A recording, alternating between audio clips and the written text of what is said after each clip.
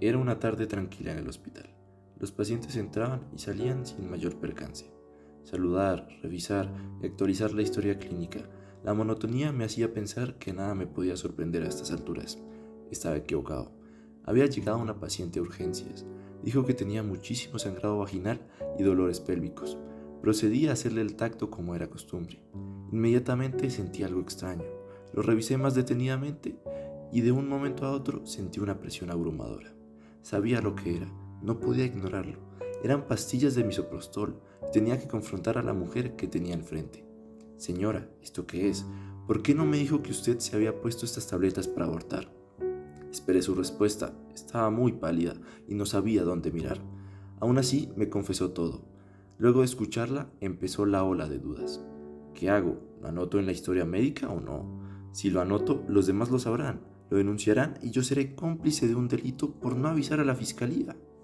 Antes del 2006 y de la sentencia C-355 de la Corte Constitucional, el artículo 122 que penaliza el aborto dejaba muy en claro que, abro comillas, la mujer que causare su aborto o permitiere que otro se lo cause incurrirá en prisión de 16 a 54 meses. A la misma sanción estará sujeto quien, con el consentimiento de la mujer, realice la conducta prevista en el inciso anterior. Pero ¿quién soy si la denuncio? ¿Puedo vivir con esa carga de tirar a una persona a la cárcel únicamente por un embarazo no deseado? ¿Por hacer valer sus derechos sexuales y reproductivos, la autonomía de su cuerpo, dañar una vida por eso? Yo era consciente de que una mujer que quiere abortar, aborta con o sin el consentimiento de la sociedad o el gobierno, y por lo tanto no podía hacerla cambiar de idea. Así pues, tenía que tomar una decisión. Mi perspectiva frente al aborto ha cambiado a lo largo de mis años. Ser médico y la educación que he tenido me han hecho comprender la importancia de los derechos sexuales y reproductivos en el ser humano. Tristemente, la sociedad de este país era demasiado cerrada en ese entonces y estigmatizaba esta práctica. No la culpo, en su momento también lo hice. Estudiar en un colegio judeocristiano me hizo verlo como un acto pecaminoso hasta que entré en la universidad, donde empecé a comprender las razones detrás de este fenómeno. Finalmente, la maestría hizo que mi opinión diera un giro total. Tristemente, muchos no tienen esa oportunidad. Al fin y al cabo, la educación superior es un lujo en este país. En mi caso, tuve que venir a la gran ciudad, Bogotá. No me pude quedar en Bucaramanga. La mejor universidad pública que mis padres podían permitirse estaba aquí, al igual que casi todos mis amigos. Como le indica un estudio de la Universidad Javeriana, abro comillas, la migración de estudiantes para el ingreso a educación superior refleja las fortalezas en la oferta educativa de las ciudades grandes frente a otras, a la vez que podría representar lo que comúnmente se denomina una fuga de cerebros de unas regiones a otras, cierro comillas.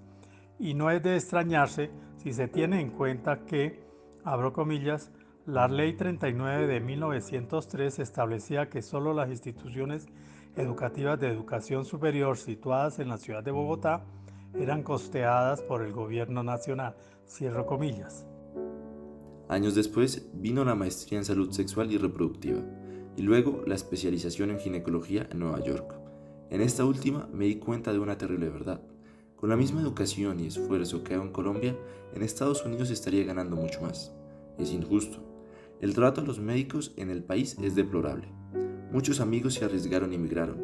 Gente brillante que abandona el país en busca de mejores oportunidades. Gente que se le escapa a la nación, en últimas. Sabiendo todo el camino que he recorrido, es más fácil comprender mi decisión, o al menos eso me imagino. Luego de conocer el peligro a la que se exponen miles de mujeres vulnerables, marginalizadas por una ley, de someterse a abortos clandestinos insalubres, ¿cómo podría voltear la vista? En efecto, me hice cómplice, cómplice de un ser humano con derechos innegables. Y así siguió la vida, entre la espada y la pared, hasta que las cosas cambiaron.